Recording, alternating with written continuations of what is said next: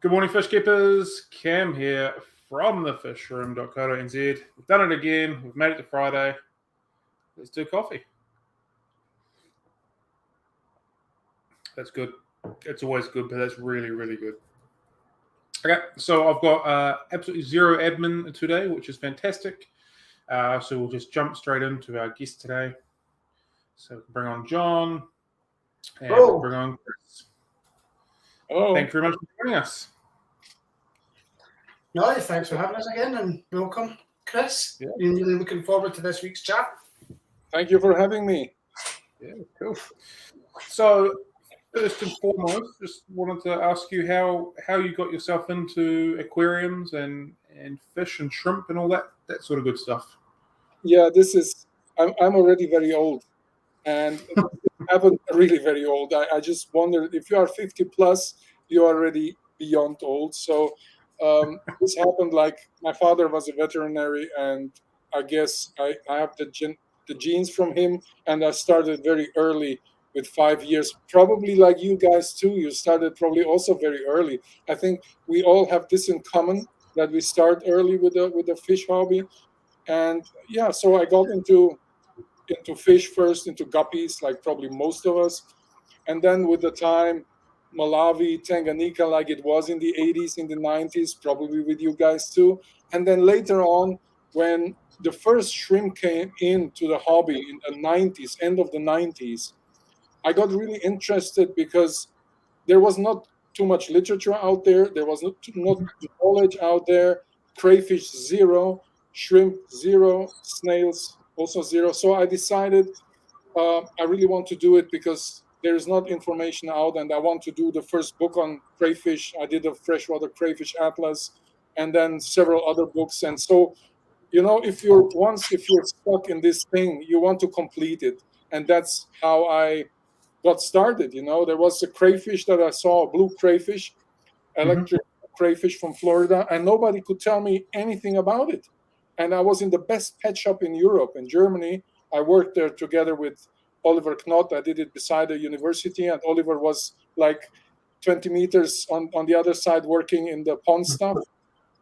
So they had a blue crayfish, and nobody could tell me anything about it. So I dived into that, and I did research, and then I started traveling. And by the end, now I think I collected over 500 species of crayfish myself. Wow. And a couple of books. I've been on, let me see, 1, 2, 3, 4, 5 continents collecting crayfish. So that's really a long period of time. I did like 60, 70 expeditions, not only for crayfish, but, like going outside, collecting, photographing, film, doing research. So, yeah, it's a long time in the hobby. But I think the people know me mostly from shrimp and crayfish in freshwater invertebrates. Yeah. So this is how they know me probably. Yeah. That's definitely how I discovered what you do. It was some pictures that just popped up on my Facebook newsfeed at the time, and it was the colour. I couldn't believe the amount of colour. And I think there were Sulawesi shrimps that you had at the time. And from that point on, that's what drew me to the world of fresh-keeping shrimps. Now, obviously, in New Zealand, they're not allowed freshwater shrimps, but I know that from following you online that you also have a fascination for nano. Yeah. Were you always interested in fish as well, or was it something that grew from an interest in shrimps? I was always into fish, but then it's like with the concentration on what you concentrate. I always have the fish in my in the beginning when there was no shrimp. Of course, fish was the main thing. Yeah. But then the shrimp came in. I put the fish a little bit to the side because I really was so into crayfish and freshwater shrimp and the snails that the shrimp got a little bit in the background. But after years of doing freshwater invertebrates, I have photographed so many crayfish, hundreds, thousands. I have like 1 million pictures on my computer. Then it's like I need to go back to the fish because I'm also interested in nano because of the shrimp. You can keep shrimp in tiny little tanks. And then I wanted to see, after I had all these shrimp and I did all that, I wanted to see how can I combine the shrimp. And then fish came again in, and I went into nano fish and nano and aquascaping, of course, because I wanted to have these nice little different worlds. So I went into aquascaping, into nano fish, and I also did then expeditions for plants. Like I went to Colombia Yeah. for Macarenia clavigera, this red plant that is really, really amazing and so outstanding. So I did expeditions because of different things, not only because of crayfish or shrimp or fish, but also because of plants. That's and I just love to film and photograph these beautiful clear water creeks, ponds, or streams. I just love that. That's something I really enjoy in the moment, and later on also watching it. I just watch these videos that I did, and I'm still enjoying them. It's unbelievable. Yeah, no wonder. I mean, they're amazing. They really are. The quality of them as well is something I don't know if you've picked up in that, Cam, but the actual quality of the images and video footage that you show is quite special. I was lucky. I have to say I'm lucky because I'm in the right moment in the right place, and this is already 90% of the work in my view. Because in fact, to be honest, I have no idea about photographing. This is something that over the years I just learned by doing. But I was a rock musician. Come on, I have no idea about taking photos. I just got a camera and said, there's no pictures of crayfish out there. Okay, I will do it because there's no pictures. So I did it myself. And so I started in the beginning. My pictures have been not good at all. And I was not so patient to go to a photo workshop, So I said, forget it. I will try and try. But I took 10 years longer than most of the people because I did it all by myself, like discovering the thing. But still to today, I cannot tell you how a camera works, and I don't give a too much about that. I don't care, to be honest. And the same was when I was in music.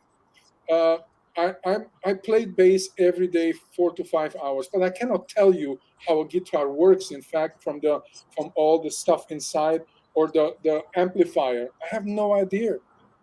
I had a roadie that did that for me, so why should I care? And I cared about playing because I met a lot of people that told me half an hour about an amp and about the guitar or the bass, and then I told him, well, then let's jam and let's do some crazy stuff. And then you can see, oh, okay, the limits are there because they get too busy with the technical stuff, and their mind is not creative too much. And it's the same with a camera. I don't worry about the technical stuff. What I worry is about the light. That's the most important when it comes to these things. I can tell you, if the sun is out, I will not even go to the water. I will not do that because it's a waste of time. And maybe I could do some things on the camera that make it better, but no. So there is other things that I'm much more interested. Where's the right spot, for example, to go into the water? I care much more about the habitat and see, okay, that's a place where this species could be because it's rocks there, or this is silty, so probably it's this species. And that helps me much more than all the weird camera stuff. So just as an explanation, Well, you're mentioning things about the habitat, and obviously another part of the hobby in general is biotope aquariums. Is something, is your interest in the habitat moved over onto your aquarium interest as well, in the sense of, like, do you try and set up any biotope aquariums, or is that? I did, yes, because, and one thing is, in the habitat, what I do very regularly is I don't use 20 different plants for an aquarium. This will probably not happen with me. I am very careful of not to mix too many plants because I've seen so many underwater scenes. So this is somehow in my mind. I have usually maybe 2 plants or 3, sometimes 5. But this is the way I combine them, I have here some aquariums too, is more or less what I've seen outside in nature. I did one time, for example, one of these bonsai trees, but then I figured out this is not where I want to go. This is not my style. I like it nice, but I also like it natural. So that's why I use just like 3, 5 different plants, because in nature also you don't see 20 different plants in there and always with a red in the middle or something like that. This is not so much the way I want to do it. I do aquascaping, but not in the way that having these trees there or stuff like that. My friend Oliver Knott, he's much more creative in that. He's, for me, the more creative aquascaper that there is outside, and he's crazy, and I admire him for that. But I am more like simple in that. Yeah. Okay. A lot of people we have on seem to get quite niche on one particular aspect, like in the hobby or in their interests. It seems like you've got 7 or 8 different sort of interests within it, and you're very much top of your game, top of your field, very knowledgeable about everything. That's quite amazing how one thing is just kind of stemmed out to another and then to another and to another with you.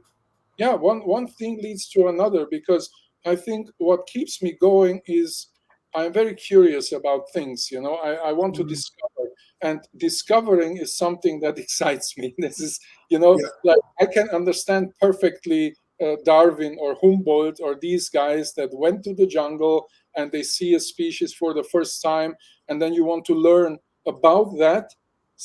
Typical, like the special thing there, but if you want to learn about that, there come 10 other things with it. So you have to learn about them too. It's not that you just see one thing and you learn about that, because if you want to understand, it's all a community in the habitat. So you cannot just learn about one fish.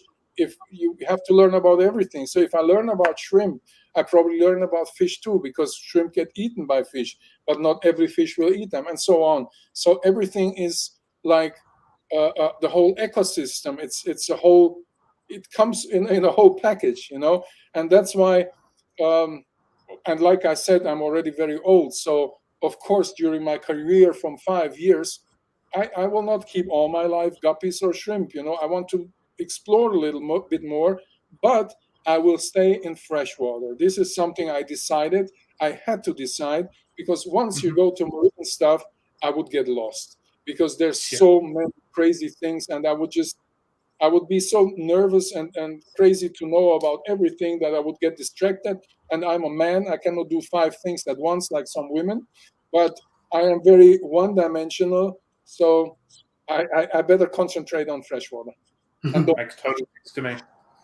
Yeah, it's an interesting reason for not going and trying saltwater, because with the vividness of the shrimp that and nanofish that you see, why even go to the saltwater? Usually the appeal for saltwater is the colour and the vibrant, but when you can find that in fresh water, then why bother? Well, yeah, there's still to discover. I mean, I like to be complete, like with the crayfish. I have this book, the Atlas of Crayfish, and the new book that will come out now, I have like 800 pictures of crayfish. There's 400 pages strong, and I want to I prefer to go more deep in that, to leave something that is as complete as possible. I want to photograph every crayfish species on the planet. That's about 700 now. And I described several ones. I've been to Papua, I discovered new crayfish, and some of them are just mind-blowing. I mean, I cannot go to marine, because I still have work to do here. And I want to be as complete as possible, at least with the crayfish and the shrimps, and maybe then also the snails. So I have to stick with freshwater. Yeah. I'm trapped in freshwater. Absolutely. How many books have you been involved in, or have you written or published now? I don't know. I have not counted them, but it's for sure between 20 and 30. Wow. That's fantastic. something about that. I have them all over in different languages. I even cannot tell you in how many languages, but there's many. Yeah. What's the process of that for you? Do you go, I want to write a book or create a book on XX topic and then begin that, or do you have all this information you've already got and just begin making it work? Well, the point is that I can see that I am my attention goes to something, and then I dive deeper, and when I see, okay, this will be more, I start documenting better. And for example, I have this crayfish book coming out, but this is a work that I did for 25, 30 years now. So this is over time, all my knowledge will go in that, all the pictures, all that stuff. But for example, I have parallel another book that will come out now. It's a nano book with nearly 200 pages, where I also have, like, of course, the nano fish that I personally like, but all in all, there's also like over 100 species in there, and I do it. This project is a little bit different because I will have it in many languages out, in as many as possible. But for every language, I invite somebody. For example, I did it in German myself because that's not a big deal. But for example, for the USA, I invited my friend Cory McElroy. And I told him, Cory, let's do this together because it's because it's fun. Yeah. And he always wanted to do a book. He's great in YouTube, but he wanted to do a book. So I said, I will invite you. And the same I did in Italy, where I invited Gloria Tiriello for Italy. She's Italian, a great aquascaper, a very smart woman. And I invited her. Then in Slovenia, another guy. In Holland, another person. And this is also something that I think never has been done before. And I like the idea to work in teams and do something that is new, and it's a project that we all do together. I just like to share some things. I'm not so much of a person that keeps the things for himself. I like to share, to spread, give away for free and stuff like that. Well, what is fish keeping if you can't share it with somebody? Yeah, it's a very sociable hobby, and it's worldwide now as well. So two massive points there. It's fun, and you know, it is a hobby. It's here to be fun and to share the information, to share the knowledge. Like, that's how, as hobbyists and a community, we grow. We don't grow by holding it in. It's by putting it out to anyone that wants to listen. That's how the hobby grows. It's fantastic. I agree in that, and that's why I give away posters for free. And of course, if somebody wants to know how I photograph, I always invite the people. And I have, of course, during the years, you realize some things, how things work, and they are like secrets. But I don't like that, because if you are a good teacher don't keep secrets from himself. He gives the things, because sharing the knowledge is what a good teacher does. And to fight the ego, this is very important, because the ego always wants to have everything for itself. And I challenge myself in these things because I believe in karma. I believe in all these things. So I challenge my ego from time to time and say, let's do some community work and give away for free and challenge myself. So it has also to do with that, you know. But I like the aquatic community because I feel very much at home there, like I felt in the music business. And but the music business is a bit more crazy. You know, we aquatics, we are a little bit more, like, I would say, I'm a nerd too now. You know, I feel myself, I love my fish. You know, we stay at home in front of the aquarium, watch that, and go and make the water changes. We are nerds in a way. Yeah, I guess. I would agree with you there. This is no getting away from it. Yeah, totally agree. How many aquariums have you got yourself at home at the moment? I have not counted them, but at times I had like 30, but all nicely scaped. And that's a lot of work, you know, because there's every day, just if you invest 5 to 10 minutes in an aquarium, that's you can see how much time goes there. And I'm also photographing, filming, and doing the scientific work. So I spend a lot of time on that. And because also, I don't know how you guys do it, but in my view and what I observed in nature, that fish feed all the time. So I'm not feeding my fish just 1 time a day or 2 times. I feed them 10 times a day, small portions. Yeah. Small portions. Because if you are in a river in Colombia, Brazil, or whatever, and I was just sitting there with the goggles, with the mask, and just observing and watching how they play, how they do it. And I saw that they are eating all the time, you know. Of course, there's just very small portions, but this is also something that I do. I have here 2 aquariums, which also I practice this, and I see that the fish are very, very stable. I feed them just small portions, but nearly all over the day, because this is my office here. I have 2 tanks where I can always go and say, okay, now you have a little bit, now you have a little bit. And also then the fish are much more sociable with me. They immediately when they see me, they come to the tank. Even, you know, like Danio margaritatus, that's a very shy fish that people consider a very shy fish, or like some killifish that are very shy. They immediately disappear when they are new. But over the time, I can feed all the fish from my hand, even the very shy ones that are. Wow. So this is because I have a lot of interaction with my fish, you know, and with observing all the time, you learn a lot about the species, you know. And then, you know, it's like in all the science world, there's 100, like, let's say 50% known, and you add like 5%, and the next one adds another 5%, and in the end we will know more about the whole thing. Yeah. Cool. Yeah. We've just had a couple questions from the people watching, so don't want to put you too much on the spot, but the first one we've got is, what are your top 5 favorite nano fish species and why?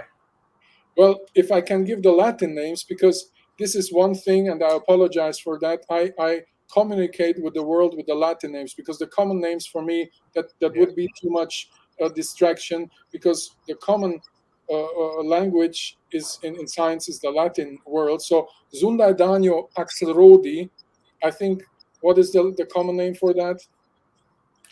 Blowing my mind already. Okay, it's a small nano fish that is bluish. It comes from Sarawak, Malaysia, Borneo. It's a blackwater fish, and it's a real beauty. So that is one of my favorites. Then Danio margaritatus is another one. It's the Galaxy Pearl Danio. That's the common name. Yeah. You heard of that? I've got them in my tank at the moment. Yeah. The gorgeous fish. Then I have Microdevario kubotai, this green, I think it's green emerald rasbora. I think that's the English name. Yep. Then I have Hyphesobricon amandae. It's an orange little fish from Brazil, from the Mato Grosso, from that part. It lives in whitewater, but it's a small nano fish. And what else? There's so many that I kept. Of course, the Boraras brigitae. It's called Childresbora. Childresbora, yeah. So of course, all the Boraras, Microdevario, all these small fish, I love them. But I have a poster, so if you want, I can send you the poster, and you can give it away for your people. You can print it, give it away. It's a big file. Cool, that'd be great. It was my favorite nano fish and freshwater inverts and snails.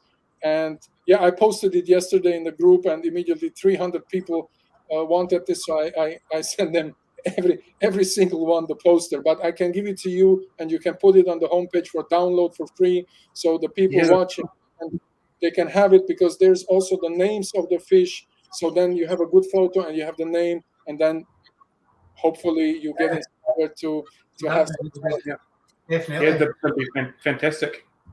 Or if you need other posters, I have like 60 posters out with freshwater shrimp, crayfish, bettas, platies, and all that stuff. Because in my view, if people get a good photo, they get inspired, you know, they have interest in that.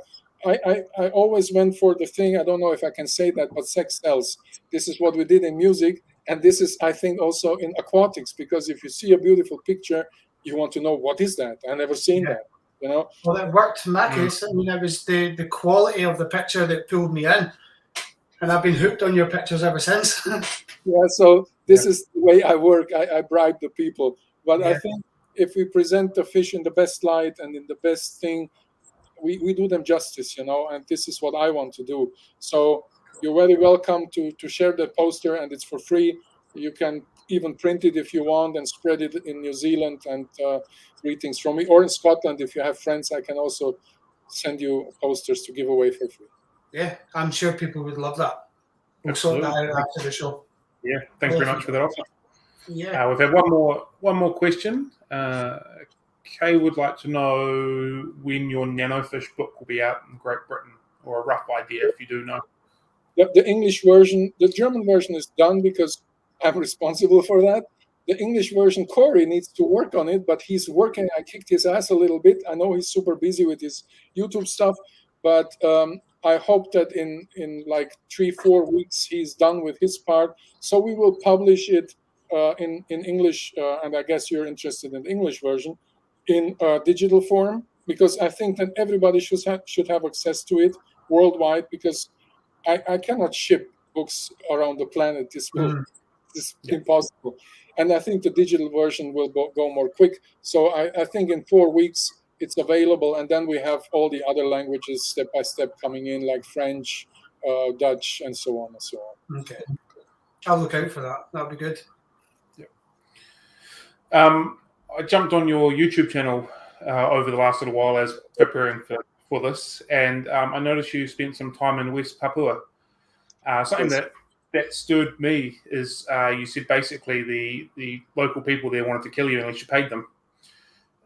Can you explain, the time that you spent there and how that experience was? Yeah, I mean, always when I go to Papua, somebody tries to kill me, but the great thing about that, I think that my time has not come, and I really believe in these things, that once your time has come, you cannot escape the fate. It's over. You can jump around like you want. I already snorkeled with crocodiles. I stepped on snakes in Australia on a king brown. I mean, also in Thailand, and alligators in Florida, and my time was not there. So in Papua, it's always like, okay, let's see what happens this time. I mean, I have several stories from Papua, because people are in Papua. It's like there's a big gap. They like 200-300 years ago, they have been still in the Stone Age, and there's a lot of history missing. And then they were thrown into modern times, like, with all the Dutch colonizing that and exploiting the country and all that.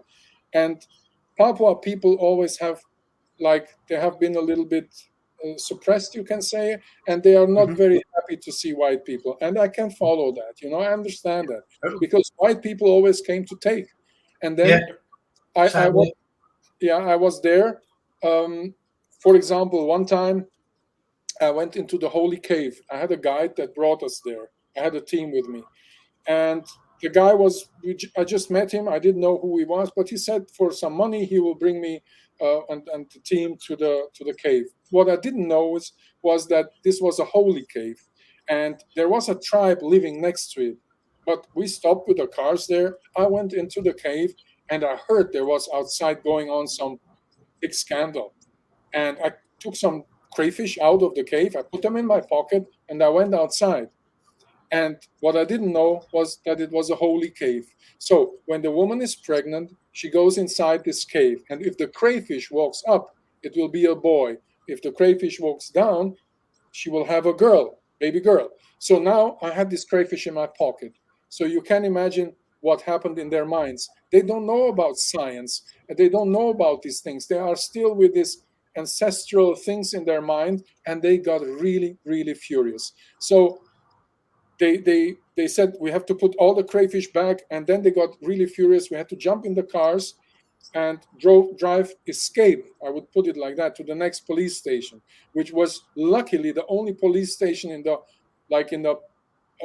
area of 100 or 150 miles, and it was just 2 kilometers from the place that we have been collecting. So we jumped in the cars, went there, and the whole tribe went also there after us.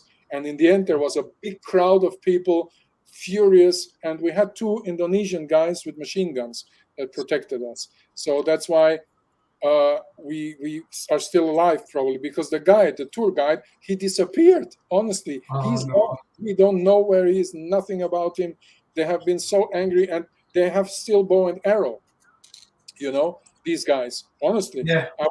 I was one time filming in the river, and there was a guy on the hill screaming at me, and I said, "Not again," because I had this so many times, bow and arrow pointing at me, and I was so tired that I said, "Okay, I will go up and give him some money and try to buy his bow and arrow." I went up. The guy was like speechless. I took money and I put it in his hand and said, "Give me your bow and arrow." I put the silver ring on top. "Give me your bow and arrow," and he did. But you know what? The funny thing, the next morning, his buddies also came and wanted to sell me bows and arrows. And now I have a couple of bows and arrows downstairs on the wall. And some of them, honestly, I showed this many times, they have still blood on it, because still in Papua, people kill each other with bows and arrows. Wow. And yeah, and the funny thing is they have 3 different types of arrows. Some are very slender and long. Those are for birds. Some are very like this shape. Those are for pigs and for other deer. Mammals. And they have bows and arrows for people that are like that shaped. So Wow. you cannot take them out. You know, the others you can take them out easily, but the ones for humans, they are like that, like a Christmas tree. So you cannot pull it out. Ooh. And this is what I have downstairs, and I have also some totems that people gave me then, because, hey, luckily for me, you can buy the bows and arrows if you have enough money, and they hopefully then don't kill you. But always Papua for me is like trouble. That always you have to be careful, not only with the people, but the most dangerous thing is, you know, like the diseases that they have there. Especially if I go to all the swamps and stuff and all the crazy diseases, and then of course you have also crocodiles there, and people get eaten. Yeah, so, and snakes. I just had the news from me and my friend Ping. We have a team of crayfish collectors there. And there was a guy that collects snakes usually, and he knows the snakes. He's a reptile collector. And he always plays with them for YouTube and Instagram. And the snake bit him. 15 minutes later, he was dead. So I just got the info like 3-4 weeks ago. Yeah, that this happened to one of our collectors. So Papua is dangerous. There's dangerous things, but the gods didn't want me yet. So I think I was lucky. Like Heiko Blair, for example, a friend of mine. Heiko is crazy enough. I think he's more crazy. He's definitely more crazy than me. He jumps in the river without thinking too much. And if they discover water on the moon, be sure that Heiko will be there first. Yeah. There's nothing stopping him. No, he's so crazy. What's the underwater world like over in Papua? Well, I have a video on my YouTube channel. I mean, YouTube was never something I put too much attention. I have just a few videos, because I think that the videos I do with Papua or with Sulawesi that I just published in German on the German channel, you know, it costs a lot of time. I am not the guy that does like how you clean an aquarium and this. There's so many people that do that out there, and they do it well, so I don't need to do the same thing. So I prefer to do the stuff that is not shown so often, like Sulawesi, Papua underwater, Bonito, Brazil, and so on. Sorry. So, yeah, my YouTube channel is pretty, I have like 20, 30 videos, I even don't know. But I will put a little bit more attention on that. I'm much better for Instagram, because there you just put a photo and then you leave it to itself, and that's much easier to do. Or like Facebook, publish like some short videos and some pictures. So that works much better for me than YouTube. If you want to see the underwater world in Papua, it depends on where you go. You know, I have been mostly on the part on the peninsula on the Bird's Head. So I was short time in Timika and in the mountains, but filming in Papua there is some spots that are nice, but mostly you see just rocks and silt on the bottom, or gravel or sand. Just speaking of your YouTube channel, like I said, I was on it over the last couple of weeks, and you've got a couple of very nice profile videos of some nanofish and some corridoras, which are absolutely stunning. I had that as pantalensis, right? Yeah, some lovely work there. I like watching people going into natural waterways and things like that, but then to see fish that are out of the natural waterways and videoed really well, and profile videos like that is also very phenomenal. So you do have some very nice work when it comes on to the profiles and stuff like that as well. Thank you very much. But like I said, it's a video like the Sulawesi video that I just did. It's like 30 minutes. It's more like a documentary. This is nothing that you can do in 2 days. It's just the editing costed me half of a week, and to talk about that cost me a whole day, because I want to do the right info and all that. It's more difficult. But I'm not going for. I don't need to have 200, 300,000 followers on YouTube, because this. It will take me 20 years to reach that. I think the people that are new to the hobby, they are more interested in how to set up an aquarium and stuff like that. Yeah, I 100% agree with you. Yeah. You've created your own line of shrimp food, is that correct? Your own brand with Shrimp King? Yeah, I had the brand Shrimp King with Dennerle together. Yeah. But then I left Dennerle because I got a really amazing offer from a guy that I know. He was like 10 when I met him the first time, and he came always, and I signed my books for him, and he said, one day I will give you a job. And we stayed in contact over the years, and he always sent me hearts, like, Chris, how are you? And sending me positive energy. And just like 1.5 years ago, he came to me and said, Chris, I want you in my team. I give you whatever you like. Just come to me. I want that you work for me. And I did. So I left Dennerle. I did work there that I'm happy with, like the nano tanks, the whole nano thing I did with Dennerle, then the Shrimp King food, and also the Scapers tanks and all the Scapers series. So I did that, and I was happy with that. But now I have a new food line that is called Chris and Ollie's, because I do it with my friend Oliver Knott together. And like I told you before, sometimes it's more fun to do the things together.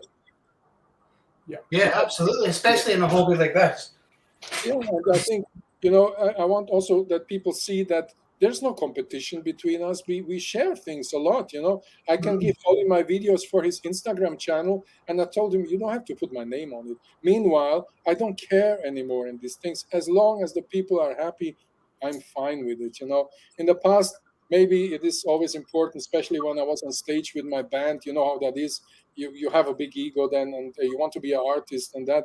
But after such a long time doing stuff, for me, it's just, I'm happy to see people enjoying it. This is honestly my opinion. This is like it works best for me. That's a fantastic attitude. Well, I had to learn it. It took. You have to stumble and fall on your face sometimes to really think about life in a different way. And when I was a rock musician, I was too busy traveling, playing shows, and having fun. You don't think about life too much. You always just think like, hey, I don't want that this stops. It's fun. It's a wild ride. But then life comes to you, like probably to all of us, in a way where it says, stop, Chris, learn something. Learn about life. Learn about sharing. Learn about your ego. Maybe this is not something you talk in the aquatics world, but I want, these things are important for me. And if you ask me about these things, I will talk about it and tell you. Cool. Just a little bit back on the nanofish that we were talking about before. Where's your interest in that come from, as opposed to, say, bigger sized fish? Like how I got into the nanofish, or what? Yeah, like is it like because your shrimp and your crayfish all kind of work together, and then it's just kind of brought in from that, or is there particular behaviors that you find with nanos that you enjoy a lot more than some of the other slightly bigger fish? The point is that nanofish are usually smaller, and what I'm interested very much in is macro photography. So of course, if you have a big fish, you see nearly everything with the naked eye. You can watch the fish in a good form, and you can observe it nicely and all. But with the nano fish, for example, you really have to use a macro sometimes to see how does this fish, or how the shrimp, how is he built up? How does the eggs look? How does the body look?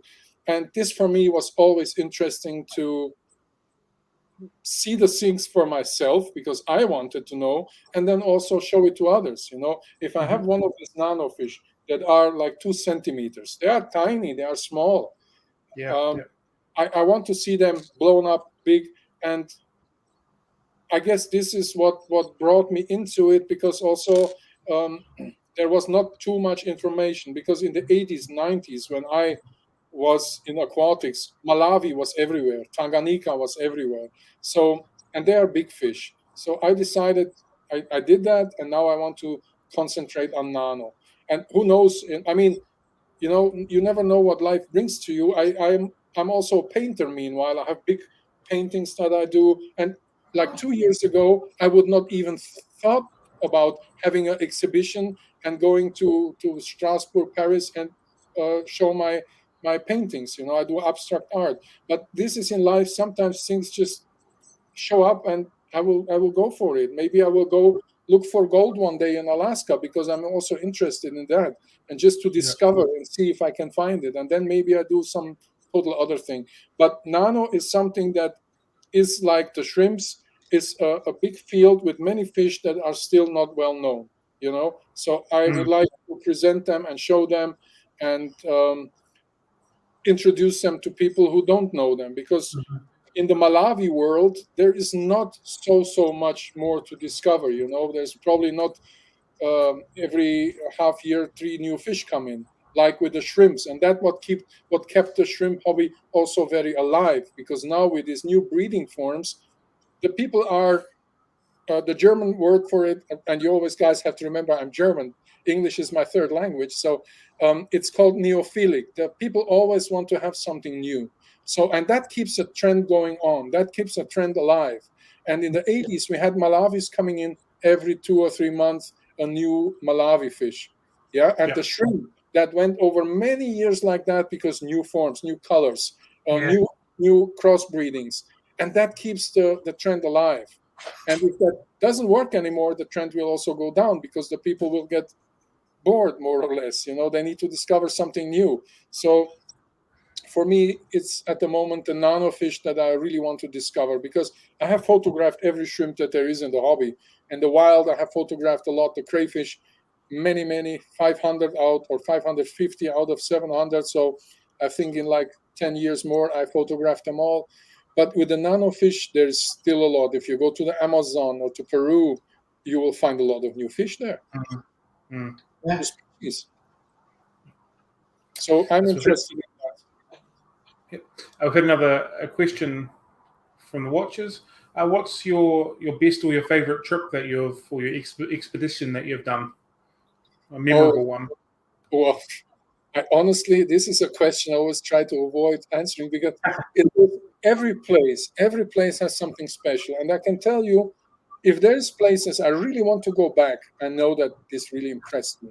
But the problem is I want to go back to nearly all the places and stay more and enjoy more the moment. This is something I can say.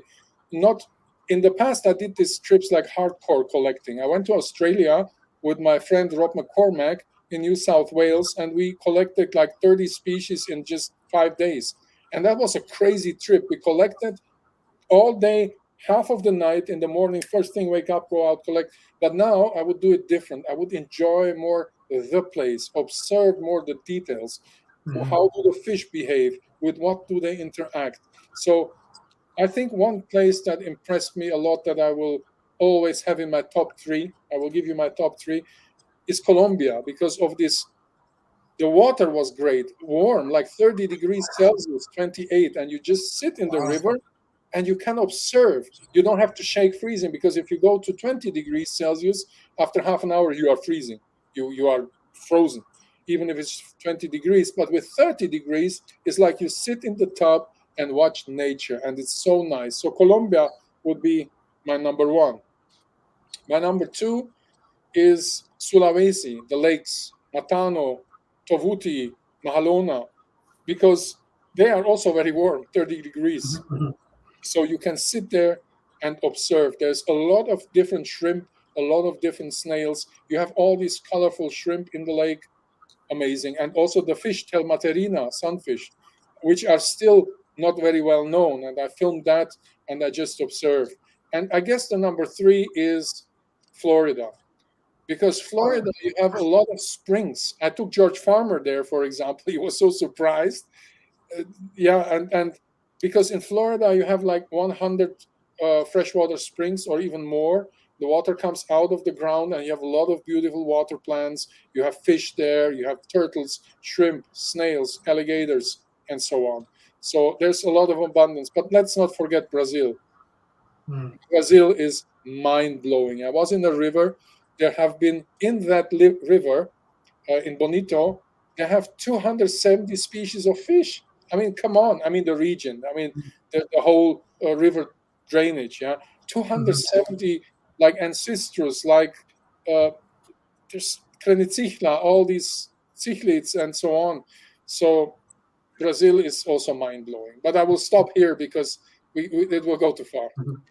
How do you find traveling through South America, safety-wise? I know you've mentioned in Papua, like it's quite dangerous. Do you find like South America like dangerous, but for different reasons, or? Yes, mostly it's humans. If because for like I was in Mexico, always when I go to Mexico, they want to rob me. This is standard. Meanwhile, the good thing is I look Mexican because my hair is brown or black, more brown, and I speak Spanish, so I can talk to them in a way that they will think, okay, this is a gringo, but he speaks Spanish, so they will not see it in the first view. But I was there, and they suddenly like 12 people show up on horses with guns, and they told me, hey, gringo, dame tu camera. And I said, I'm not fucking Santa Claus. And then they start shooting, and that's not so fun, because I didn't want to give them my cameras, because they said, no, why? There's all my work there. If you want money, I give you money. That's fine for me, but I will not give you my cameras, because there's all my material that I really love. I don't love the money. I can give it to them. So Mexico is very difficult, but in fact, it can happen everywhere, even Brazil, when people are crazy, this is very dangerous. About the crocodile, watch out. But people, when they are not healthy in their mind, and when things make them crazy like alcohol, then it's difficult to deal with in a rational way, So that's the thing that worries me most usually when I go to South America or Papua or Mexico. Africa, it's probably also very dangerous in some spots. But like I said, I think that I very rely on the gods, that they keep their protecting hand over me. And if my time has come, I cannot change it. And then at least I can say I did everything that I wanted in the way that I wanted. I'm ready to go. So this is my attitude for that. So yeah, I was lucky, I guess. We've had another question from Rebecca. Have you been to Bolivia or any other countries in South America that have been less recently explored or anything like that? Yeah, well, I'm married to a Chilean woman, so I've been a lot in Chile, and also I toured with my band in South America. I was in Chile, Argentina, Brazil, Colombia, Bolivia. Yeah, I was in those, and Panama is a bit more north. I was there, and I very much enjoyed. I like the lifestyle of the people. This more, they are more open, more relaxed. They are not like the Germans like that. We are just like working. They are more fun, more happy, more enjoying, and this is what I learned of them. But I want to go to Suriname. I have already contacts there. I want to do that. I want to go definitely to Venezuela, to Brazil, and explore more. I still have a lot of work to do. I just realized that I still want to visit a lot of places. Yeah. Just out of curiosity, how many languages do you speak? You mentioned you have English as your third, so yeah. 3. Yeah. Well, I mean, speaking, I just asked myself, what is speaking? To have a conversation, like talk about politics, about social issues. I could maybe speak in like 5, but speaking, I can tell you several words in Chinese, in Japanese, in 30 other languages, but that's not speaking. That's just repeating some phrases or this. But I can have a conversation in German, English, Spanish, Romanian, because I had Latin in school. I spoke Romanian because I was born in Transylvania. Actually, I'm really, that's no joke. Transylvania is a part of Romania, and I was born as a member of the German minority in Transylvania. And because I had Latin in school, I learned Romanian, I speak Spanish, and then Italian and French. Portuguese is not so far away. I can more or less handle that too. Cool. When you set up your aquariums that you're keeping at home, are you trying to put in several species of something at a time, or you like to base it around one? Like you've discussed the plants you go with, that like one species of fish and shrimp, or a little bit more? How do you kind of work on when you're setting up your aquariums? I just was thinking, funny that you asked me about that today, because I observed that even if you have, for example, 2 nanofish species, you have, sorry, Sundadanio axelrodi. I think it's, what is the common name for that fish? Something with blue neon, but I don't know exactly. You have to look that up. Sundadanio axelrodi and Microdevario kubotai, the green neon rasbora. They don't do very well, even if they are both nanofish, because they have a different behavior of feeding. And then the Sundadanio get pushed outside, and they are not so active in feeding like the Microdevario kubotai, the green neon rasbora. So I thought a lot about combinations now, and that I combine the fish not on size anymore, but on the way how they feed and how they interact with each other. And the same with the shrimp. For the shrimp, I can tell you, for example, if you have Neocaridina and Caridina, if you look in nature, Neocaridina is usually down in the streams where a lot of food is available, and they reproduce much more quick than Caridina. And Caridina are pushed up to the headwaters of the river where there's not so much food. There's also not that much predators. So the temperatures are much more cooler, and they don't reproduce so much. So, and this happened because Neocaridina pushed them there and sit in the places where food is much more abundant. They can reproduce more, and in the aquarium happened the same. So if you have Neocaridina and Caridina in one aquarium, usually what happens will be that the Neocaridina will suppress the Caridina, and sooner or later they will just disappear because they have the Neocaridina reproduce faster, the parameters is much more broad, and so on and so on. So that's why I base my combinations of fish. Usually I have 1 or 2 fish species per tank and 1 shrimp species. That's it. Cool. Okay. Can you, because we don't have the shrimp in New Zealand, I haven't really done a lot of looking into them. Can you do just a basic broad overview of the differences between the Caridina and the Neocaridina? General appearances or behaviors or something along those lines? Like I said, one thing that they have in common, the Caridina and the Neocaridina, usually you find the Caridina in the headwaters. The streams are cooler because they are usually smaller, but on the margins you have trees, so the temperature don't goes so much up and down. It take longer for warm up. So like in the big river, usually they don't have so much trees on the margin, so the temperature, the parameters fluctuate much more like in the little streams. From the body, there is not so much difference, like from the morphology. They look pretty the same, but the reproduction rate and the sensibility and all these kind of things, Caridina is much more difficult, I would say, to handle like Neocaridina. Everybody can reproduce Neocaridina, but with Caridina, it's different. So that's the main difference, that I would say they are much more robust Neocaridina, and they are good for beginners and starters, then Caridina. Okay, cool. Okay. When it comes to, sorry, Cam, I was going to ask this earlier on, but when it comes to keeping any of the shrimps in your aquariums, how do you approach different strains? Do you like to crossbreed them, or are you a purist and like to keep them separate at all times to kind of retain the color? Well, with the Neocaridina, I just published a video on YouTube about the Skittle mix, because this is a big issue. People always ask me, in fact, the people always ask me the same question. So that's why sometimes I make videos on that too.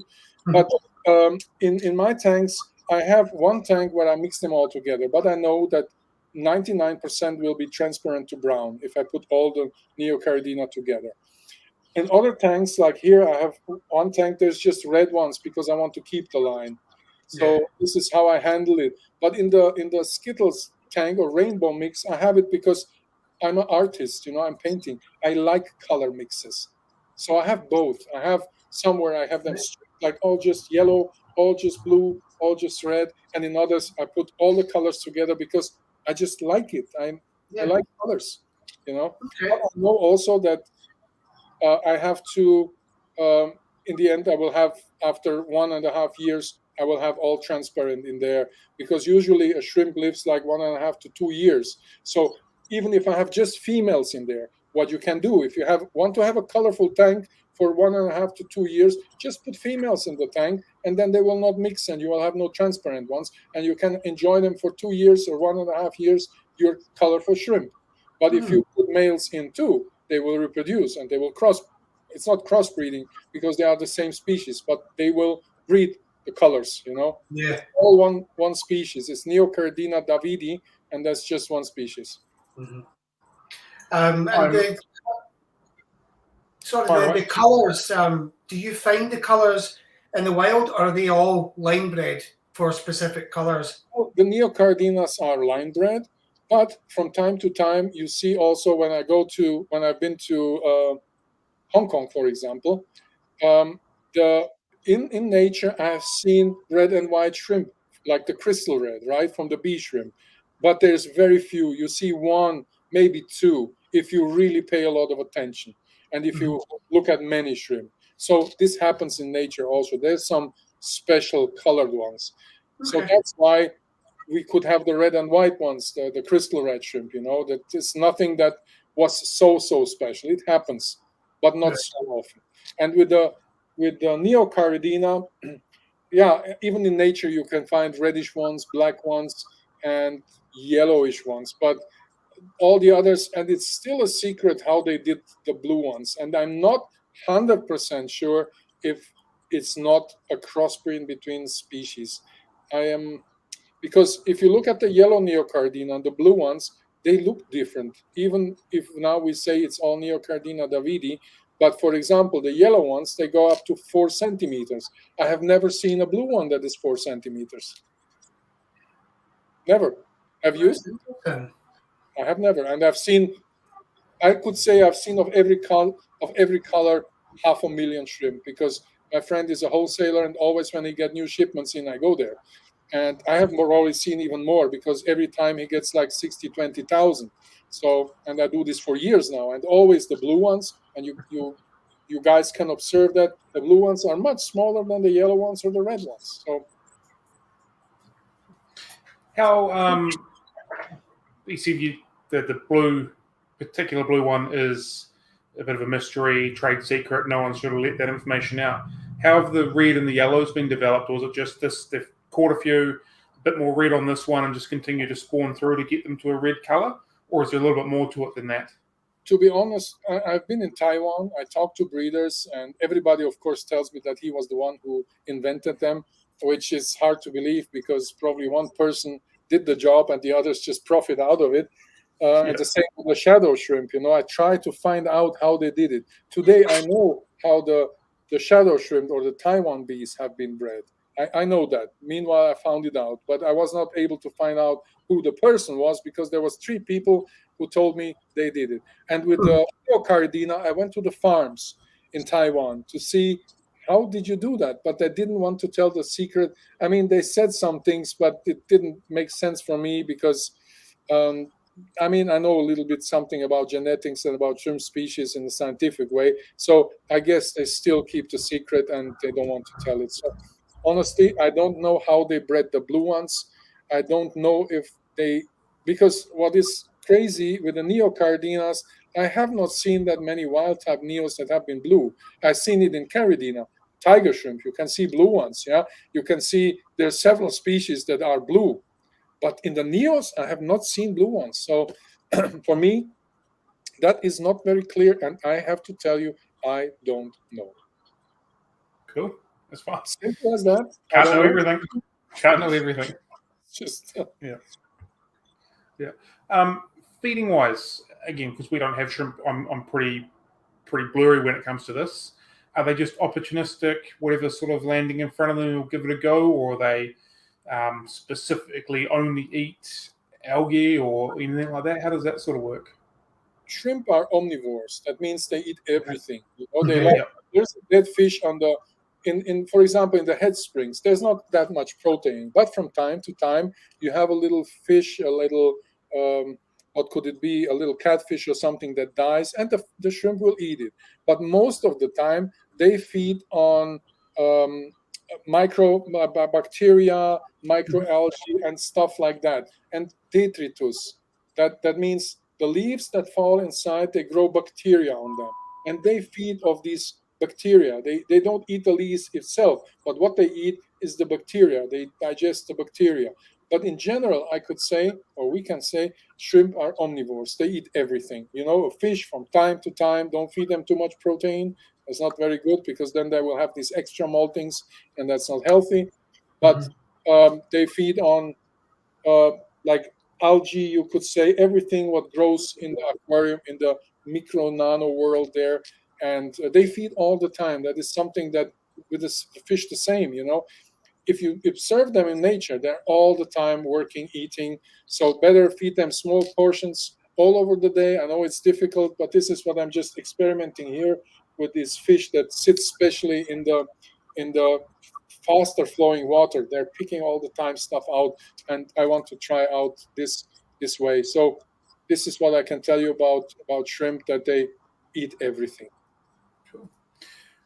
When it's come to developing the shrimp food that you've been involved in creating, what's the process been for that? Have you been trying to mimic as much as you can, or are you trying to mimic natural feeding behaviors? How's that kind of developed and worked for you? There's two ways, and I have to be honest on that too. One is the creative way that you say, hey, spinach. I mean, spinach don't grow in the rivers, right? You don't plant spinach. But we all know that spinach has good vitamins and good things in it, you know.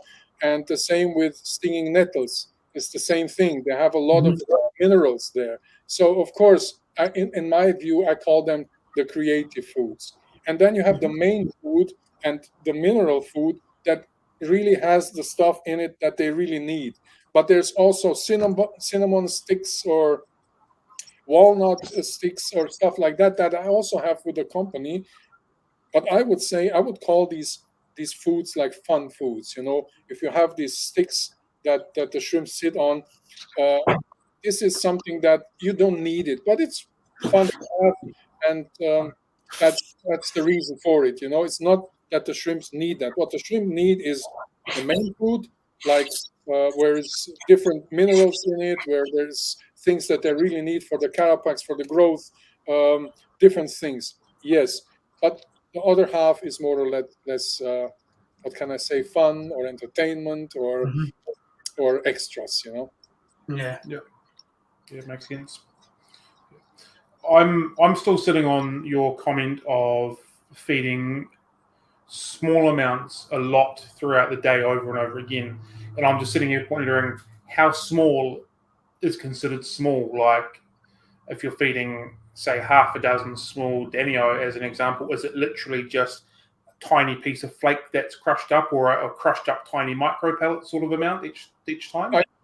I feed them different things. Sometimes I have the Artemia, little tiny fresh hatched Artemia, and I just take with a pipe I take a little bit out of it and just put it 1-2 times, and then I do it 1 hour later again. It's easy for me because I work from home, so I can just do it all the time. But in my view, I can see that the fish do much better with this instead of feeding them one time. And then everybody goes to the food, and the weak ones don't get that amount of food. But if I do it all day, the fish are much more, the whole colony is much more stable. But this is my personal observation, and it's not a scientific work, but it's just an observational work. And what I see in nature, I try to put it in the tanks with the shrimp and with the fish, and if you read the books about fish, they will all tell you feed them 1 to 2 times a day, small portions.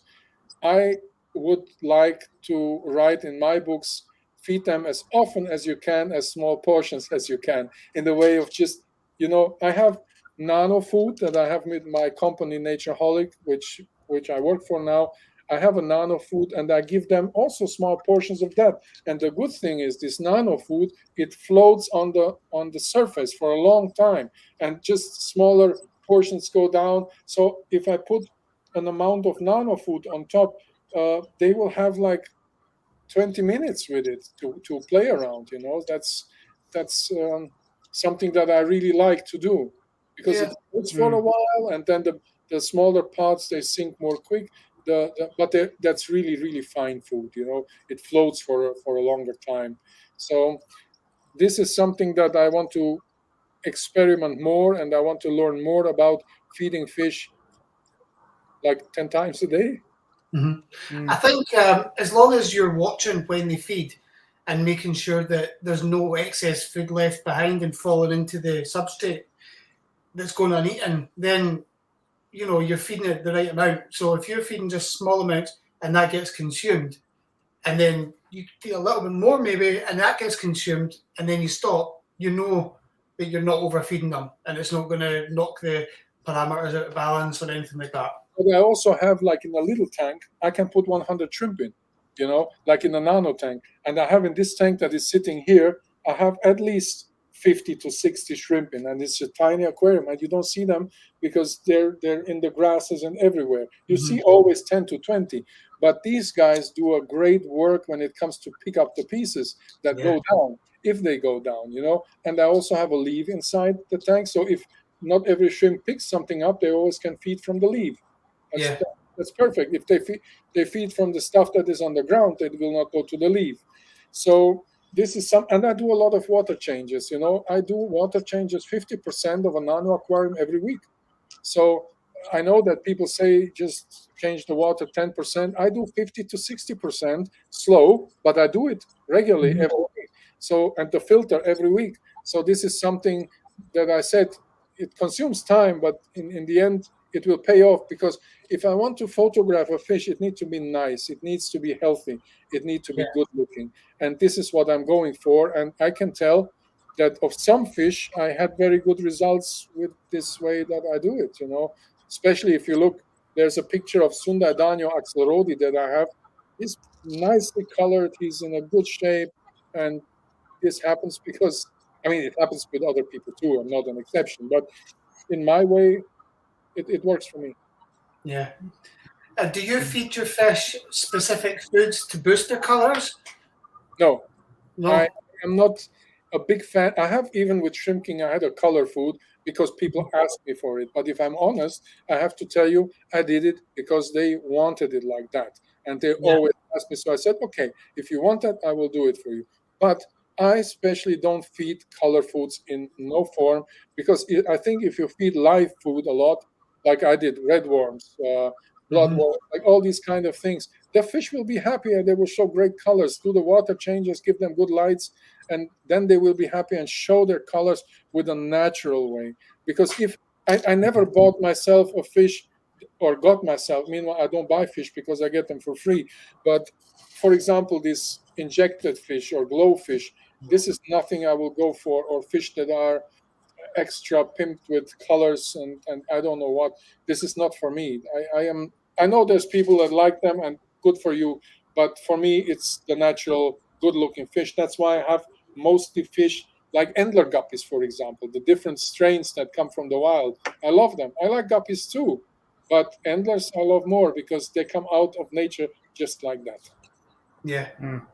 And they're smaller as well. They're even more Exactly. nano. Yes. Yeah. Some of them are really tiny, and I love that. I think there is a huge componentry of live food being fed to our fish to get the best coloration out of them, and I think there is a little bit of a mindset shift away from buying the pre-prepared flakes and pellets and pushing more towards live foods and frozen foods and stuff like that to try and get the best out of them at the moment, which I think is a fantastic thing as well. I think very well. I changed this also over the last years. I feed them nearly every day. I mean, I feed every day live food, not to every tank. Sometimes I'm giving the nano powder, but I try to give them as much as possible different live frozen foods and stuff like that. Yeah. I believe that's key. Again, I'm still sitting on that lots of small feeds. It's also a bit of a paradigm shift to what everybody getting into the hobby thinks. Like I know you said it's just your own observations, but the general rule is feed your fish what they'll eat within 2 or 3 minutes, once or twice a day. And what you're saying is the total opposite of that. So, sorry, but I just go. Yeah.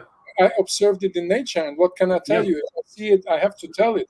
And I mean, I will talk with Heiko about it, and Oliver knows. Oliver was here like 2 weeks ago, and we talked about this. I said, Oli, we have to talk about this, because in my view and what I have seen, fish also outside in nature, they eat all day long. Maybe it's not so concentrated to food, but hey, they try always to get something to eat. So why should I feed them 1 or 2 times a day and stuff them then, and then the rest of the day they don't find nothing? That I don't know if that makes sense for the fish in the end. That's because they spend like 8 hours of the day finding nothing, and then in 10 minutes everything. That makes no sense. It would not make sense for me. Yeah, that's part of the reason I like Rapashi, because I'm not sure if you have Rapashi over there, but once it goes in the water, the fish can just pick at it all day long until it's consumed in a very similar way. I will talk to Cory about this as well, because he knows a lot about fish too, and I would like that we put this in the book and make it an issue and discuss it.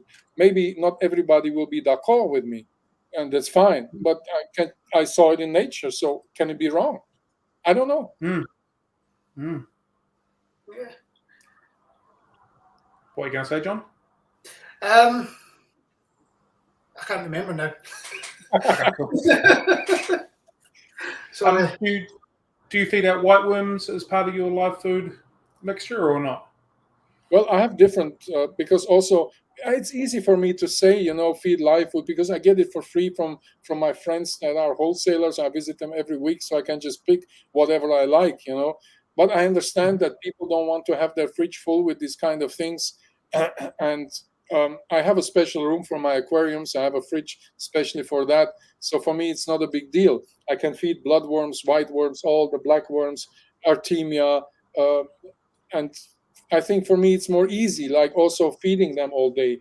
But if somebody goes to work and has 1,000 other things to do, he cannot sit there and feed the fish 10 times a day.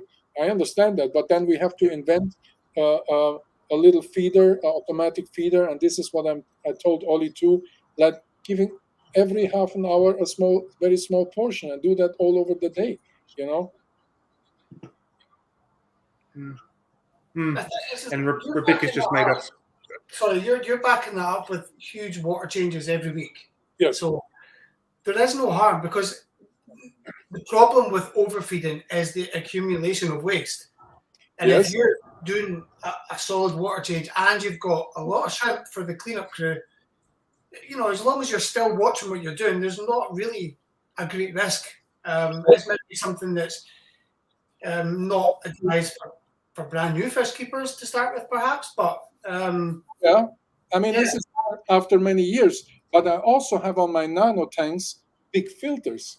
I have really big filters. I don't have any in filter in there. All my filters are outside of the aquarium and are really big. Half of the aquarium outside is the size of a filter, and Right. so I have not the typical nano filters in none of my aquariums.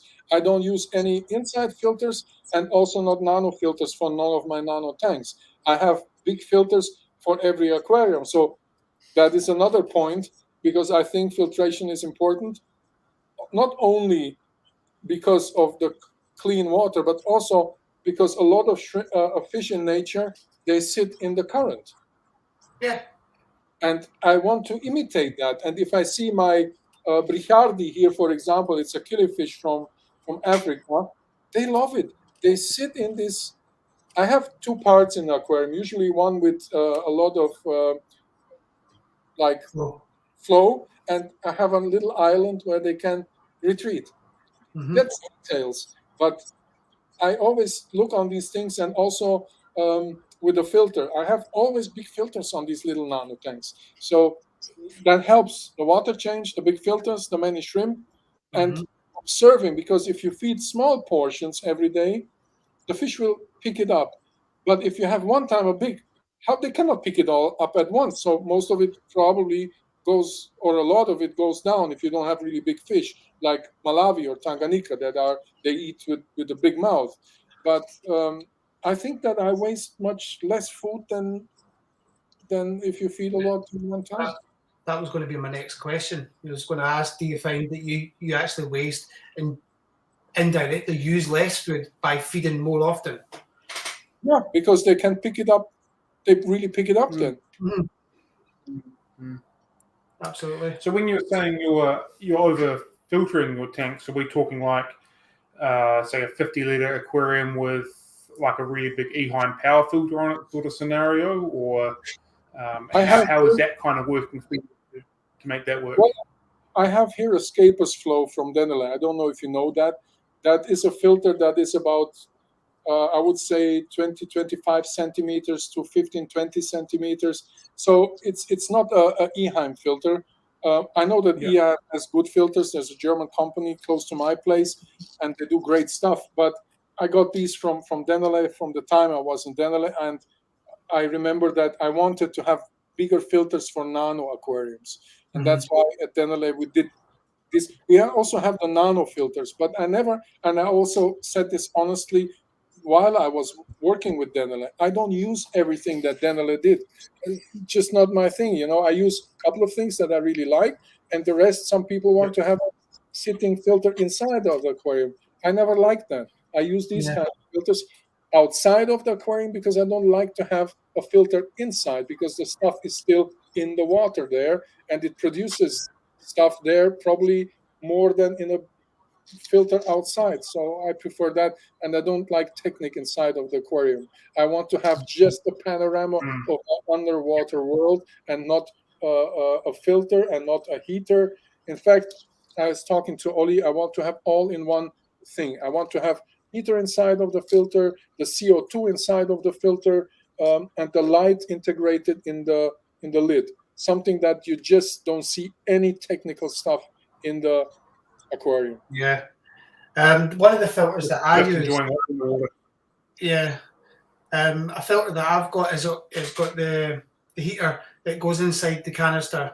Yeah, Eheim has that too, but I don't know anyone who has the CO2 inside of the filter. No, you can have inline CO2, which would attach on the outlet tubing of the canister before it enters the aquarium.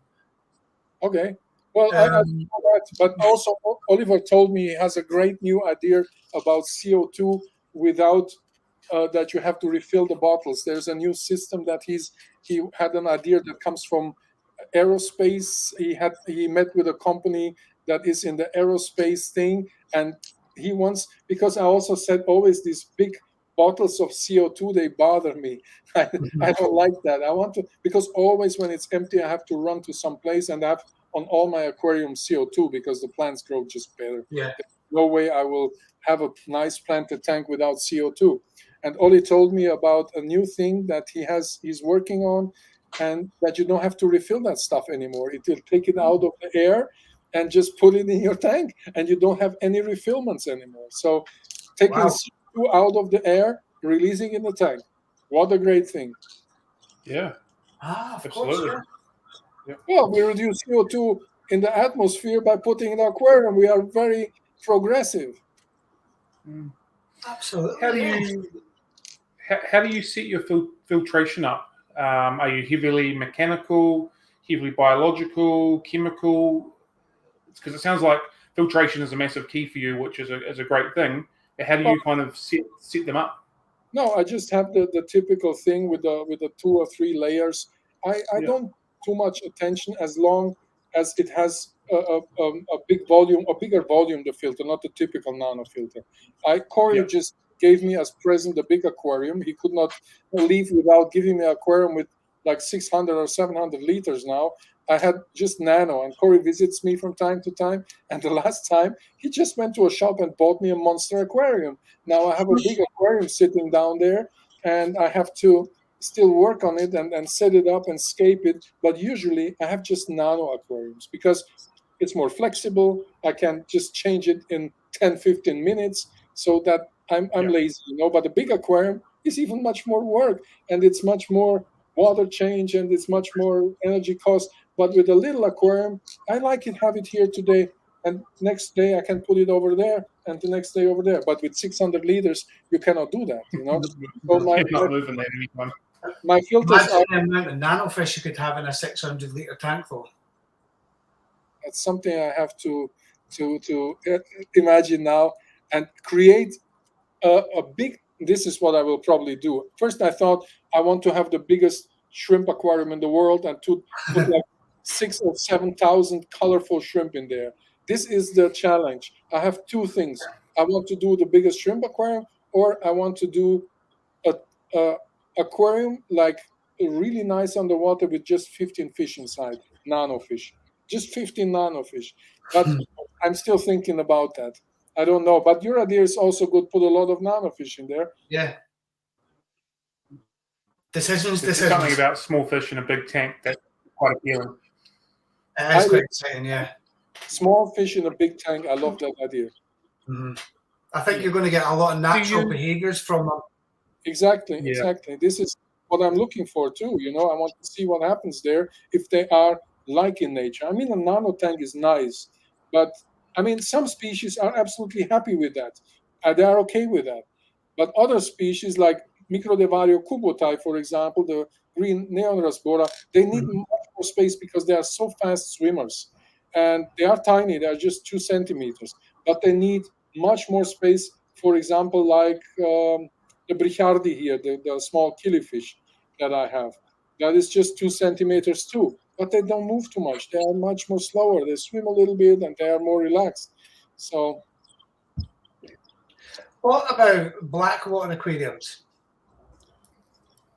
if I add any tannins to my tank water, I add leaves to it because I have shrimp in there. So to be honest, I know for the industry this is important, but I personally don't add anything to the tank like tannins. I prefer to put leaves in there and like a tapa or any leaf that is a natural thing. I mean, the tannins are also probably an extract of natural leaves, and that works pretty well for some people. But I guess I am too. I don't know. I just don't put these things in my tank. I take a catapa leaf, and the shrimp will eat it. The catfish will go to it, and this is how I do it. Okay.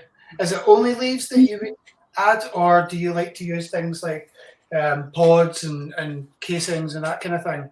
Well, look, I have also crayfish because I work with crayfish, and the crayfish I put like a big a handful, like a really big, of leaves in there, and it will stay there for like 4 weeks, and then it's gone because the crayfish eat it, and then automatically the water is a little bit more tan and stuff like that. But if I would, well, like I said, I have in every aquarium I have leaves because of the shrimp. Even if it's a super nice scaped aquarium, I have somewhere a big catapa leaf sitting. Maybe in the back where you don't see it, behind the plants. Yeah, but always there's parts of leaves or leaves directly in the aquarium. Cool. Very good. So, that's basically all I've got as far as my list of questions that I had. I think we've covered it off quite nicely. I'm quite happy to continue on. I'm sure we can flow a conversation nicely. John, do you have any more things that you had? Question. Yeah. Just before we went live, we were talking about how you've not been able to get out on any expeditions just with coronavirus and the restrictions, but you're looking forward to getting back out and getting underwater again. Yes. Where is your first trip going to be and why?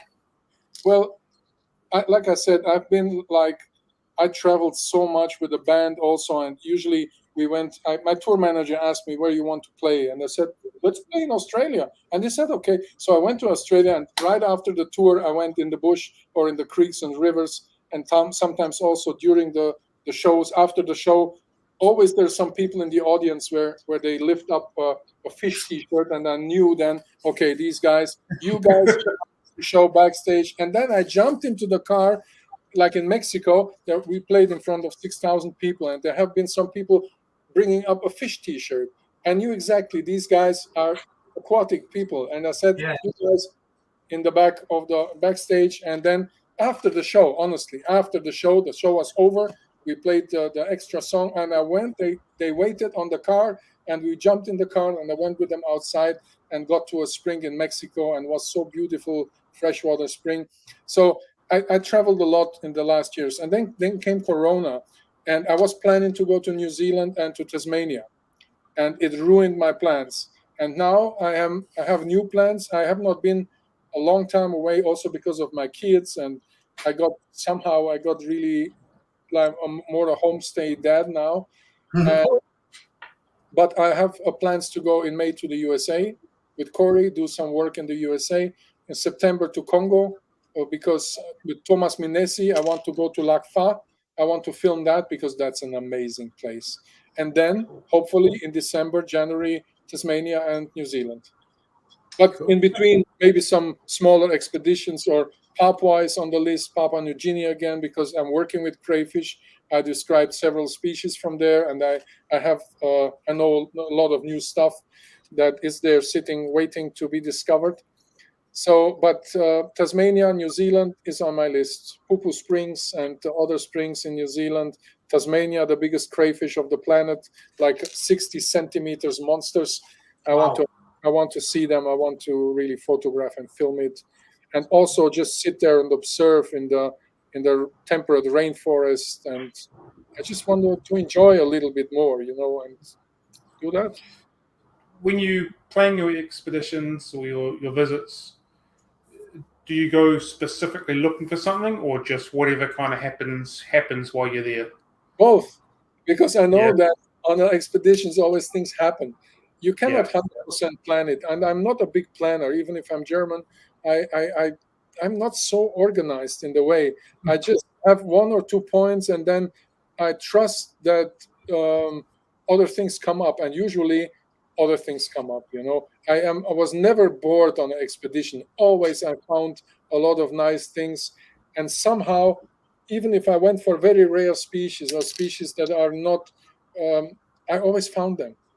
Strangely, I always found the things I was looking for, even if it was difficult or hard. But I always was lucky. And I met a very old guy on 6,000 meters in Chile. He was a Jewish guy sitting there, and he said to me, I was photographing fish in the highest lake in Chile, Lake Chungara. It's the highest lake after what is it called? Chungara is the second highest, and there's another one in Peru, I forgot the name now, that is the highest. But he was sitting there, said to me, you know what is the most important thing in life? It's luck. If you are not lucky, you can forget about the rest. And I agree with that. And this is what I learned from him. If you are not lucky, and I guess I was lucky. So make your own luck being in the right place at the right time. What's that? Excuse me? You also make your own luck by being at the right place and putting yourself into situations where you can be lucky. Yes, I guess everything plays together, and it's Lake Titicaca. It's Titicaca in Peru. That is the highest lake, and then Lake Chungara is the second highest on like 4,000 or 5,000. And I was there with my wife, and she's from Chile, and on 5,000 meters, she was jumping around and she was pregnant and was just running around. And me, after 3 meters, I had to stop. Every 3 meters, I had to stop because I was out of air. Because up there, the air is not there's not a lot of oxygen there on 5,000 meters. But she has Indian genes, so for her it was like jumping around like a young goat. Mhm. So speaking of Peru, it looks like Dr. Anthony's on his way off to Peru very soon as well. Well, Peru, of course, there's a place that is waiting for me because they got some new nanostomus. I don't know if you have seen them, the red one. Yeah, the coral red. Yes. Yeah. Well, Dr. Anthony's been breeding them. He's been getting some success with aquafarming them. Okay. Yeah. I want to see those in nature, and I need to go to Peru. I want to see Machu Picchu, and I want simply Peru. I mean, I was on the border of Peru, but I did some work for the Chilean government for collecting the fish and stuff in Chile, and I travel a lot in Chile from north to south, but I never been to Peru, so this is something I have to do very soon. Okay. Well, the research center has got a place for you to use as a base. Somebody just wrote Amazon Research Center. I think I talked to him, and he has 100 color reds. It's just, did you post that? I just can't read it here. Yes, I've just shared that on screen. Yeah. So I think I talked to these guys because I said I want to go to this place. I want to film it and photograph it. So I need to go to Peru, definitely. It's so many places I have to go. Amazing. I still have to live a little bit longer. So the snakes and the alligators and the crocs, they have to wait. They have to wait. Hold off. Yeah. Not ready yet. No, I'm not ready yet. Okay, cool. Okay. So like I said, that's basically all I've got. So if everyone's happy, we can call it quits now. Mm-hmm. Before we let everyone go, I like to do what we call a quick school of six, which is just 6 really quick questions. They're not there to put you on the spot, but hopefully they might. Okay. If you're doing a coin toss, are you going to call heads or tails? What is that again? If you toss me a coin, heads or tails? Heads. Heads, cool. Do you think we're alone in the universe? No, definitely. I can tell you this. Definitely, we are not alone. Because I had an experience, sounds crazy, but I had an experience, and so I'm not a believer, I'm a knower here. Okay. I'm going to pause our little set of 6, and I want to know about this experience. You want to know about it now, or you want to know about it when we are alone?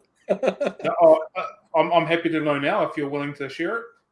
Well, it was like when I was 20, 25, I came home from a club, and I put the things on the window. In Germany, we have these things that the things go down and the room is totally dark. Yeah. When I came home, I said, okay, tomorrow is Sunday. I don't want to wake up with the light because I always wake up with the light, and this bothers me. So I put them down and said, tomorrow I will just sleep. And I went to bed, and I was not asleep because I was getting ready to sleep. I said, hey, it was a great cool night outside. I was in a heavy metal club, headbanging and all that. I was still excited. And suddenly a blue light appeared in my room. And I said, what the hell? I just closed the thing. What car is putting the lights in my room? And then I remembered, but I shut them down. And I wanted to turn around. And this is no joke. But I tell you the truth. I know it's crazy. And I turned around. I could not turn totally because I was frozen. But I could see a big silhouette in my room, like 2.5, 3 meters. There was a person in my room. And I could not tell what it is. So I was, in that moment, I saw that like from my eyes. I was so shocked that I could not move anymore. And I cannot tell you what more happened after that. And I need to do some, somebody needs to hypnotize me to find that out. But on the internet, I saw that a lot of people had a similar experience. Mm-hmm. And there was some things that has to do with people from other planets. And then I met my wife, and a person that also is into these things told her, you have an implant. And you know what? She really had an implant. We went to the doctor and they could see a tiny little thing. And my wife had never an operation, nothing. But there was a little thing inside. And this person also told my wife, you will have a girl and you will have a boy. And this happened also. So this is just a rough overview, but I got into the UFO thing and I did a lot of research on that because, of course, if you have an experience like that, you are shocked. I was really shocked. And this is no joke because it can influence your whole life. And then later on, I also went to mediums and people that are very spiritual and that, and I learned about these things too. That's why I also tell you, I believe in karma. I believe in sharing, giving, spreading love, and not just taking and all these kind of things. And this, yeah, it basically was the first thing that really woke me up a little bit. And I know that we are not alone. It's impossible.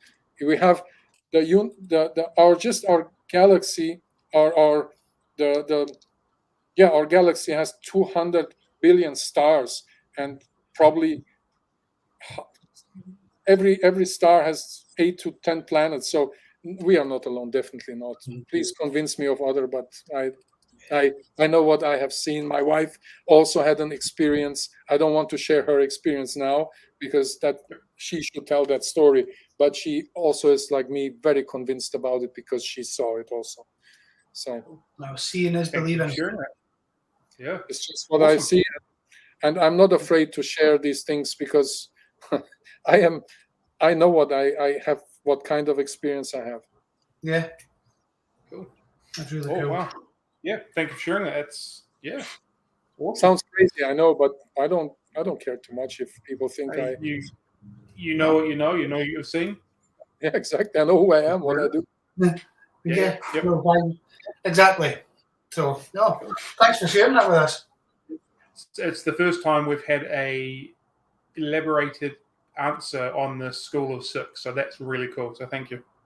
Yeah, but I am not. If I have one or two friends that, and one is very famous. Like, I will not tell you the name because I think the people should choose if they want to tell these things or not. But who has a similar experience like me? So, wow.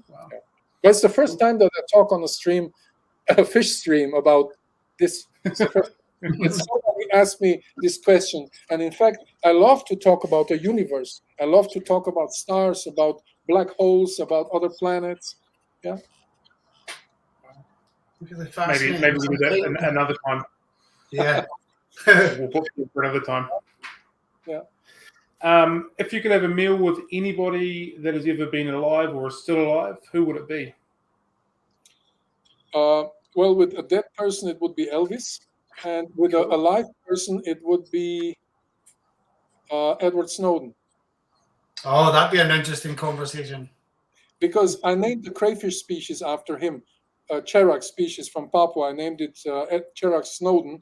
I really would like to know some things from him that are secret. Like, does the NSA know about the aliens, how they deal with that, and all these kind of political things that maybe he knows them, maybe not, but like all the secrets that has the government, that the government's is hiding of us, and all these things that are going on, I really would like to know. Okay, cool. That's a really good. Yeah, I've never ever thought, but I would love to have a sit down and a conversation with Edward Snowden as well. I think he could keep you entertained for a very, very long time. And the good thing is, I really believe him because he is so honest and convincing for me that I would really believe him. I mean, you can have a conversation with Donald Trump, for example, but would I believe him what he says, or any other political person? But I would believe Edward Snowden or Julian Assange. They've got nothing to lose or nothing to gain. Exactly. But I would believe more Edward Snowden because of his personality than Assange, because I know that Assange is he likes the publicity and all that, but Edward Snowden is different. He is much more, I don't know, I really believe this guy. He has an incredible personality.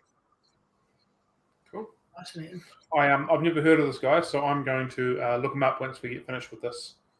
He was the one Well, you know about him, right, John? You know about Edward Snowden. He was the guy who put out all the secrets of the NSA spying on people and the cables. It was the cables he started to release, wasn't it? Yeah. What is your most absolute favorite body of water that is in the world? Of course, probably Brazil, the Amazon, is because it has so many species to discover. It's the longest river in South America, and I think that is the place that I could probably spend 200 years exploring. Yeah, cool, fair, cool. I think there'll be a lot of people that are in that kind of category. There's just so much there to be explored and looked through, and so much can come from it. Yeah. If you could have a superpower, what would it be? What a good question. My kids ask me that, and I answer it in a very superficial way, But I think that that's an amazing question if I take it in serious, I don't make everybody happy. That would be something that would be great. The chance to give love and fill people with love in a way that they can be happy. That would be a superpower that I would go for. I think Jesus, if you refer to that, maybe Jesus could do that in the if you talk in the biblical way or whatever, something like that. I would prefer that. Yeah. And the last one that I've got, what is your unicorn fish or shrimp or crayfish that you either want to keep, see in the wild, take videos, photographs of? You can kind of take that one whichever way you want. Well, in that question, I think I will just this changes also over the years. It changed, and it will change in the future. It's always like a species that I like, but in 3 days, for example, now you heard me talking a lot about Sundadanio axelrodi. I have this fish since 3-4 years, and I still love it. Shrimp the same. I like the crystal red shrimp or the natural form, Caridina logemani. I always liked them since many years. I have been in the habitat of them. I was the first white person actually to be in the habitat of the crystal shrimp because it was kept a secret for many years because they didn't want that anybody go there because they got out of these little 3 creeks $5 million. So of course they have no interest that foreigners go there and explore. But I kept the location secret because I don't want that people go there and just take out everything they can get. Yeah. But it's an interesting question, but this is changing all the time. Okay, cool. That's our 6. Cool. Thank you very much. Thanks for really interesting questions, and probably I will think about that with the superpower, and I will dive more into the other question about the aliens. And I think it's at the moment it's a big thing because also the government in the USA, they released a couple of things that are very actual right now happening. And if the government already of the US release things like a mothership could be in our solar system, and that comes from the CIA and FBI and the government, maybe we should look into it. Possibly. Yeah. Probably. Yeah. Definitely. Yeah. The more you learn, the less you know, and the less you know, the more you need to learn. That's true. That's just how that works. Yeah. Look. Yeah. Cool. Also, thank you very much for your time. Really appreciate it. I'm sure that everybody's watched has got something out of it. So yeah, it's been absolute pleasure having you with us for the last couple of hours. So thank you very much. Thank you very much for a really interesting conversation and interesting questions. Cool. Thank you. All right, everybody. Thank you for joining us. We'll see you next week. Have a good one, team. Happy fish keeping. Catch you later. See you later.